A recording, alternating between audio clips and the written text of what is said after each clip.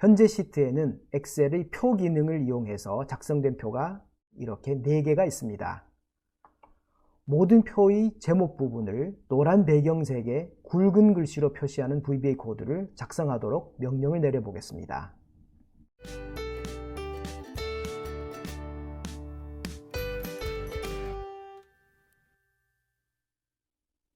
반갑습니다. 엑셀러 권현욱입니다. 최근 구글이 인공지능 바드를 정식으로 공개하면서 제1외국어로 한국어를 채택했다는 언론 보도가 있었습니다. 이번 시간에는 챗GPT와 구글 바드의 장단점을 비교해보고 구글 바드를 이용해서 업무에 즉시 활용할 수 있는 방법들에 대해 살펴보겠습니다. 챗GPT와 마찬가지로 구글 바드를 사용하기 위해서는 구글 바드 사이트에 접속을 해야 합니다. 이전에는 대기자 리스트에 등록 신청을 하고 일정 시간이 경과한 후에야 사용할 수 있었던 것 같은데 지금은 아마 바로 쓸 수 있게 된 것 같습니다. 일단 바드에 접속이 된 것을 전제로 하고 강의를 진행하겠습니다. bard.google.com을 치고 들어가면 보시는 것과 같은 챗GPT와 비슷한 화면이 나타납니다. 챗GPT는 왼쪽에 대화창이 있었죠. 이에 비해서 바드에는 대화창이 없습니다. 그리고 하단의 프롬프트 창에 명령어를 입력하는 것은 비슷하지만 종이 비행기 모양의 아이콘이 프롬프트 입력창 바깥쪽에 있고, 그리고 종이 비행기 모양 아이콘이 있던 자리에는 마이크 아이콘이 보입니다. 이 마이크 아이콘을 이용해서 명령어를 음성으로도 입력할 수 있다는 점이 챗GPT와 다릅니다.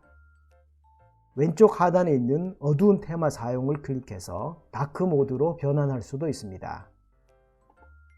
챗GPT는 무료 버전과 유료 버전인 챗GPT 플러스가 있는데 비해서 구글 바드는 실험 버전이라는 태그가 붙어 있긴 하지만 무료 버전으로 제공되고 있습니다.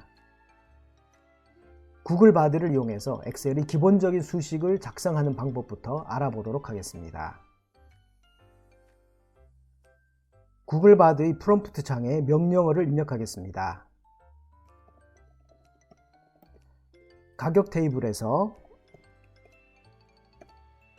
A라고 하는 특정한 품목의 단가를 구하는 엑셀 수식이 어떻게 되는지 물어보도록 하겠습니다. 프롬프트를 이렇게 작성을 하고 엔터키 또는 종이 비행기 모양의 아이콘을 클릭합니다.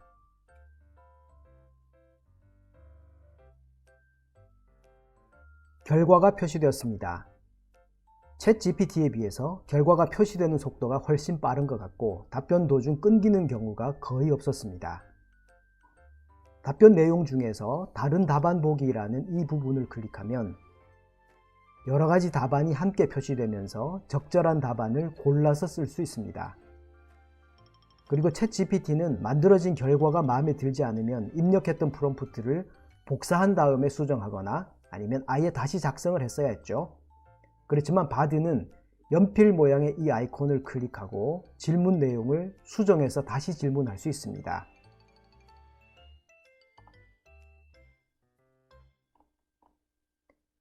그리고 답변 내용 아래쪽으로 가보면 3개의 아이콘이 있습니다. 이 중 가장 오른쪽에 있는 대답 내보내기 아이콘을 클릭하면 답변 내용을 구글 독스로 내보내거나 지메일로 보낼 수도 있습니다. 이 기능은 챗GPT보다 훨씬 편리한 것 같습니다. 바드의 답변 내용 중에서 VLOOKUP 함수를 사용한 결과 부분을 활용하도록 하겠습니다. 창 오른쪽 아래에 보면 코드 복사라는 아이콘이 있습니다. 클릭해서 수식의 내용을 복사를 합니다. 워크시트로 갑니다. 단가를 구할 부분인 F3셀을 선택하고 F2키를 눌러서 수식 편집 모드로 들어갑니다. Ctrl V를 눌러서 조금 전에 복사했던 수식을 붙여넣기 합니다. 수식을 그대로 쓸 수는 없고 조금 바꿔주어야 할 것 같습니다. VLOOKUP 함수의 lookup value는 A1이 아니라 F2셀로 지정해 주어야겠죠. 그리고 참조 테이블의 범위는 A2에서 C10으로 되어 있습니다만 이 부분을 B2에서 C12셀로 바꿔줍니다. 이 영역 중에서 두 번째 있는 단가 정보를 가지고 올 것이기 때문에 2는 그대로 두면 되고 맨 끝에 있는 0도 그대로 두면 되겠습니다. 수식을 이렇게 수정을 하고 엔터키를 누릅니다. 바닐라 라떼의 단가인 4,200원을 제대로 가지고 오고 있습니다. 품목을 바닐라 라떼가 아니라 아메리카노로 바꾸면 아메리카노의 단가를 역시나 제대로 가지고 오고 있습니다. 참고로 F2셀에 있는 이 품목 정보는 데이터 유효성 검사를 이용해서 자동으로 가지고 오도록 설정을 해둔 것입니다. 이번에는 구글 바드를 이용해서 까다로운 조건 분기 처리 수식을 만들어 보겠습니다. 상반기 OA 평가 결과표에서 평균 점수가 90점 이상이면 탁월, 80점 이상이면 우수, 60점 이상이면 통과, 그리고 60점 미만이면 재시험이라고 표시하는 엑셀 수식을 작성해 보겠습니다. 구글 바드 화면에서 프롬프트를 작성합니다. 아까 평균 점수가 들어있던 셀이 I4셀부터 시작이 되죠.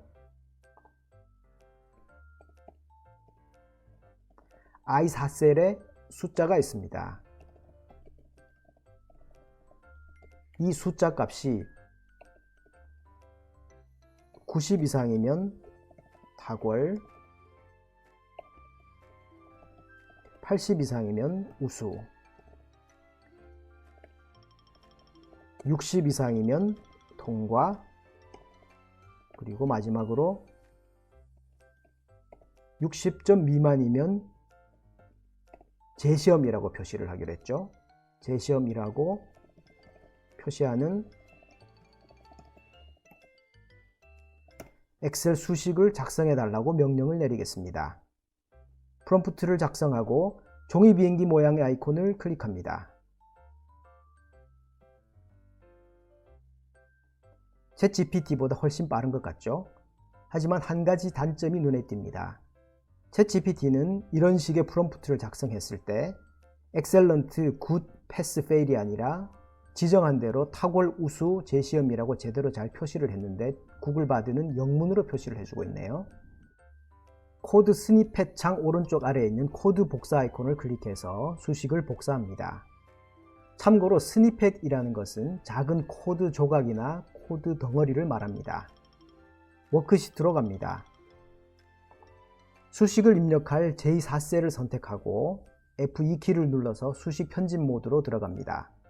컨트롤 V를 눌러서 조금 전에 복사했던 수식을 붙여넣기 합니다. 바드가 작성한 수식을 그대로 사용해도 되고 excellent, good 같은 이런 단어를 한글로 바꿔줘도 되겠습니다.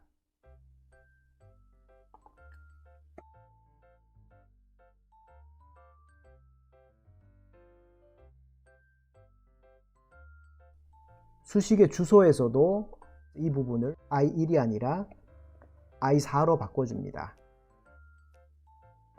우수에 해당되는 부분도 I4셀로 바꾸고 통과에 해당되는 부분도 I4 이렇게 바꿔주면 되겠죠. 수식을 수정하고 엔터키를 누릅니다. 괄호에 짝이 하나 안 맞는 것 같죠. 수식 내용을 수정해서 적용하고 엔터키를 누르면 첫 번째 데이터에는 우수라는 등급이 표시됩니다. J4셀 오른쪽 아래에 있는 채우기 핸들을 더블 클릭해서 수식을 나머지 셀까지 복사해서 완성시킵니다. 한글화 과정에서 약간 수정하는 부분이 생기긴 했지만 챗GPT와 마찬가지로 다중이프 수식도 잘 작성해 주고 있음을 알 수 있습니다. 다음으로는 여러 가지 조건을 충족하는 데이터의 합산을 하는 수식을 작성해 보겠습니다. I4셀에는 직급이 대리이면서 성별이 남자인 데이터들의 합계를 구해 보겠습니다. 바드 화면으로 가서 프롬프트를 작성합니다. 직급이 들어있는 정보는 D열에 있었습니다. 그래서 D열의 값이 대리이면서 그리고 성별에 대한 정보는 E열에 있었죠.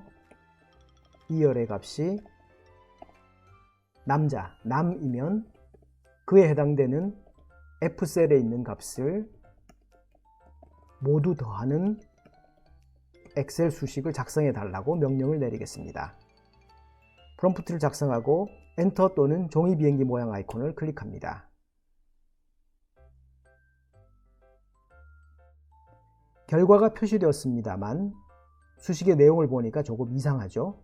프롬프트를 작성할 때 분명히 대리이면서 그리고 성별이 남자인 값을 합계를 구하라고 명령을 내렸음에도 불구하고 바드는 SUMIF 함수를 이용해서 대리인 경우에 대한 데이터의 합계만 구하도록 수식을 작성해 주었습니다. 이 수식을 활용하면 원하는 결과를 얻을 수 없기 때문에 프롬프트를 수정해서 다시 명령을 내리도록 하겠습니다. 성별이 들어있는 이열의 값이 남자라고 하는 조건은 빠져 있죠.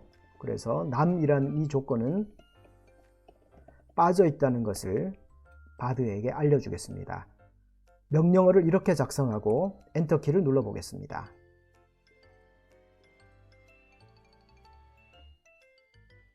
수식을 수정해 주긴 했습니다만 대리와 남성에 대한 조건은 추가되었지만 함수는 여전히 SUMIF라는 함수만 사용하고 있죠. 이 수식을 이용하면 오류가 발생하겠죠. 그래서 프롬프트를 다시 한번 작성하겠습니다. 여러 가지 조건을 충족하는 경우에는 SUMIF가 아니라 SUMIFS 함수를 사용해야 하죠. 그래서 그 사실을 구글 바드에게 알려주도록 하겠습니다. 조건이 여러 가지이므로 SUMIFS 함수를 사용해야 되는 게 아닌지 이런 식으로 프롬프트를 작성해 보도록 하겠습니다. 엔터 또는 종이 비행기 모양의 아이콘을 클릭합니다. 이제서야 비로소 SUMIFS 함수를 이용해서 제대로 된 수식을 만든 것 같습니다. 코드 스니펫 창 오른쪽 아래에 있는 코드 복사 아이콘을 클릭해서 수식을 복사합니다. 워크시트로 갑니다. I4셀을 선택하고 F2키를 눌러서 수식 편집 상태로 간 다음 Ctrl V를 눌러 수식을 붙여넣기 합니다. 원래대로 하려면 F나 D, 이 열 전체를 작업 대상으로 하는 것이 아니라 구체적인 범위를 지정해 주는 게 좋겠습니다만 일단은 그대로 진행하도록 하겠습니다. 수식의 다른 부분은 수정할 것이 없고 마지막에서 성별 같은 경우에는 남성이 아니라 그냥 남이죠. 그래서 이 부분만 수정을 하고 엔터키를 누릅니다. 대리면서 남자 실적에 대한 합계는 18,700이라고 하는 결과를 제대로 표시를 해줍니다. 인공지능도 완벽하지가 않고 이러한 문제점들이 있기 때문에 엑셀의 기능이나 함수를 잘 알고 있을수록 인공지능을 더 잘 활용할 수가 있습니다. 다음으로는 직급이 대리이면서 실적이 5,000 이상인 데이터들의 합계를 구해보겠습니다. 바드 화면으로 갑니다. 프롬프트를 작성하겠습니다. 직급이 들어있는 D열의 값이 대리이면서 값이 들어있는 열이 F열이었죠. 그래서 F열의 값이 5,000 이상이면 F셀에 있는 값을 모두 더하는 엑셀 수식을 작성하라고 명령을 내리겠습니다. 엔터키를 누릅니다. 앞에서 한번 SUMIFS 함수를 이용한 수식을 작성을 했더니 이번에는 여러 번의 시행착오를 겪지 않고 바로 SUMIFS 함수를 이용해서 수식을 제대로 작성을 한 것 같습니다. 코드 스니펫 창 오른쪽 아래에 있는 코드 복사 아이콘을 클릭합니다. 워크시트로 돌아갑니다. 수식을 붙여 넣을 I5셀을 선택하고 F2키를 누른 다음 Ctrl V를 눌러서 수식을 붙여 넣기 합니다. 이 수식도 실제 사용하실 때는 F나 D열 전체가 아니라 구체적으로 범위를 지정해 주시는 것이 좋겠죠. 시간 관계상 그냥 진행을 하겠습니다. 수식에서 다른 부분은 수정할 부분이 보이지 않기 때문에 바로 엔터키를 누릅니다. 그러면 대리 중에서 실적이 5,000 이상인 데이터는 그 합계가 14,150이라고 하는 제대로 된 결과를 표시하고 있습니다.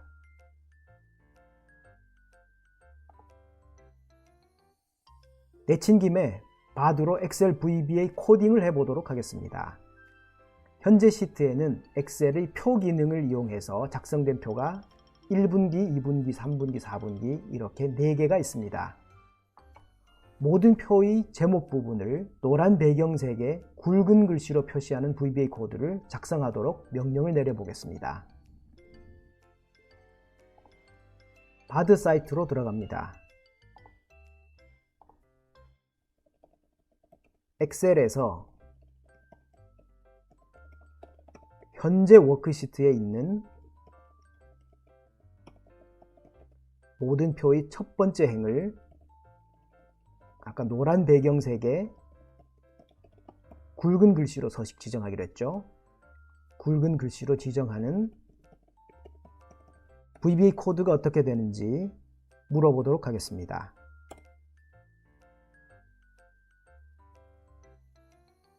챗 GPT보다 답변 속도가 훨씬 빠른 것 같습니다.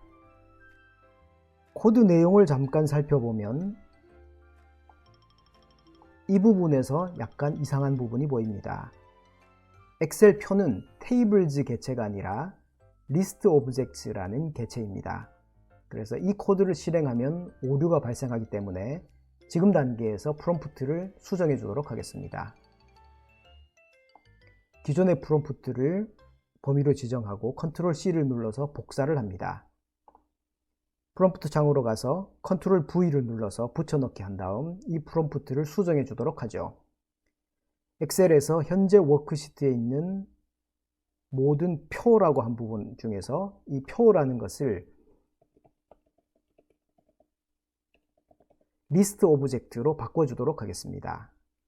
모든 리스트 오브젝트의 첫 행을 노란 배경색의 굵은 글씨로 지정하는 VBA 코드를 다시 한번 작성해 보겠습니다. 조금 전 코드에서는 테이블즈 개체에 접근을 했습니다만 이번에는 리스트 오브젝트 개체에 제대로 접근을 하고 있습니다. 일단 코드 스니펫 창 오른쪽 아래에 있는 코드 복사 아이콘을 클릭해서 코드를 복사합니다. 워크시트로 가서 비주얼 베이직 에디터에 접근하기 위해서 Alt F11키를 누릅니다. 이전에 만들어둔 코드가 있기 때문에 모듈을 새로 삽입하고 코드를 붙여 넣도록 하겠습니다. 메뉴 중에서 삽입 모듈 메뉴를 선택합니다. 오른쪽에 있는 코드 창을 선택하고 컨트롤 V를 눌러서 조금 전에 복사했던 코드를 붙여 넣기 합니다. 코드를 실행시켜 볼까요? 서브와 엔드 서브 사이에 있는 아무 공간이나 클릭해서 커서를 옮겨둡니다. 표준 도구 모음에 있는 아이콘 중에서 서브 사용자 정의 폼 실행 아이콘을 클릭하면 되겠습니다. 오류가 발생했습니다. 특히 for next 같은 이런 순환 반복문에서 플래그 변수 역할을 하는 이 변수들이 선언되지 않고 진행되는 경우가 바드에서도 있는 것 같습니다. 챗 GPT에서도 이런 오류는 자주 발생되었습니다. 이런 경우에 해결하는 방법은 두 가지입니다. 변수를 선언을 해주거나 아니면 모듈 맨 앞에 있는 옵션 explicit이라는 이 구문을 잠시 제거를 해둡니다. 주석 처리를 하고 다시 한번 실행시켜 보도록 하겠습니다. 이번에도 오류가 발생했습니다. LO라고 하는 것은 리스트 오브젝트를 줄인 것 같고 이 엑셀 표의 첫 번째 행은 보통은 range 1, 1 이렇게 접근하는 것이 아니라 좀 다른 방법으로 흔히 접근을 합니다. 코드 실행을 중단을 하고 이 부분을 주석 처리를 해 두도록 하겠습니다. 주석 처리를 할 때는 코드 맨 앞쪽으로 가서 작은 따옴표를 한 번만 표시를 하면 됩니다. 수정을 하고 그 밑으로 가서 LO.range 1, 1 이 부분을 수정해 주겠습니다. 엑셀 표의 첫 번째 행은 헤더 로우 레인지라고 하는 좀 특수한 방법으로 접근을 합니다. 코드를 이렇게 수정을 해주겠습니다. 코드를 다시 한번 실행시켜 보도록 하죠. 프로시저 내부를 클릭해서 커서를 옮긴 다음 실행 버튼을 누르겠습니다. 하나, 둘, 셋. 이번에는 모든 표의 제목 부분이 지정한 서식이 지정되었음을 알 수 있습니다. 구글이 장담했던 것과는 달리 의외로 VBA 코드 생성 측면에서는 원활하지 않은 것 같습니다. 바드가 작성한 코드를 영상 아래 설명란에 올려둘 테니까 혹시 잘 안 되시는 분들은 참고하시기 바랍니다. 바드도 챗GPT와 같은 생성형 AI입니다. 그래서 같은 프롬프트를 사용하더라도 결과는 매번 달라질 수 있다는 점에 유의하시기 바랍니다. 그렇기 때문에 원하는 결과물이 나올 때까지 명령문을 조금씩 바꿔가면서 여러 번 시도해 보시기 바랍니다. 또한 다시 한번 강조하지만 엑셀의 기본적인 기능이나 함수 그리고 VBA에 대해서 많이 알고 있을수록 원하는 결과물을 좀 더 빨리 쉽게 얻을 수 있다는 점도 기억해 두시기 바랍니다.